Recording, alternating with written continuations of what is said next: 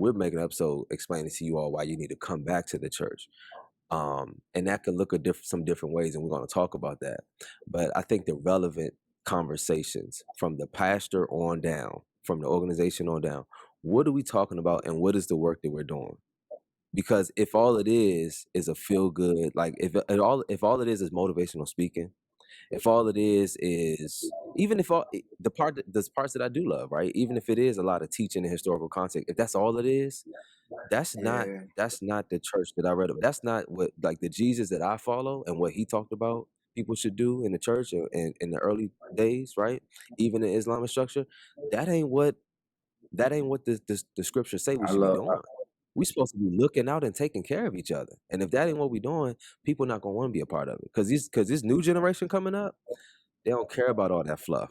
What We we didn't care doing though? about it either, right? If you think about it in context, I love the community aspect of what you're bringing to the conversation.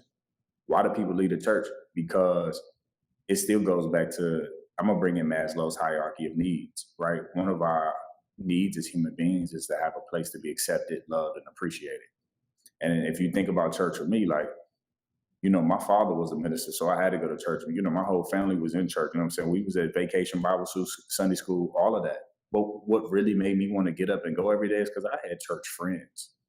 You know what I'm saying? I had friends that I wanted to get to church to see because we didn't necessarily go to the same school, and Sunday was the only time I could connect with my friends. And so essentially the church provided this level of like connection, emotional support, this place to like be with people who resonated with me, and then we got something from it. You know what I'm saying? We went to the fellowship hall after church on Sundays to eat. You know what I'm saying? We did that most Sundays, not just on special Sundays. We went to the fellowship hall to eat.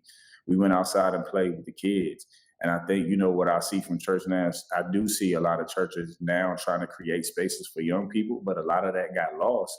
And if people, period, don't have a place where they can look at the people on the pew next to them and be like, that's my friend, then you lose that, you lose that sense of community. And so, you know, I think the thing that's important to note though is like now we're the adults. We're the people, just like in our families, just like in every other space of our lives.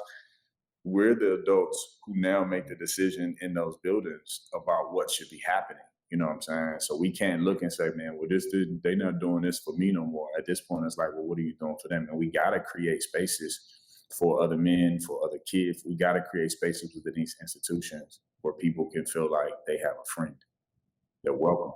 That's real. Yeah.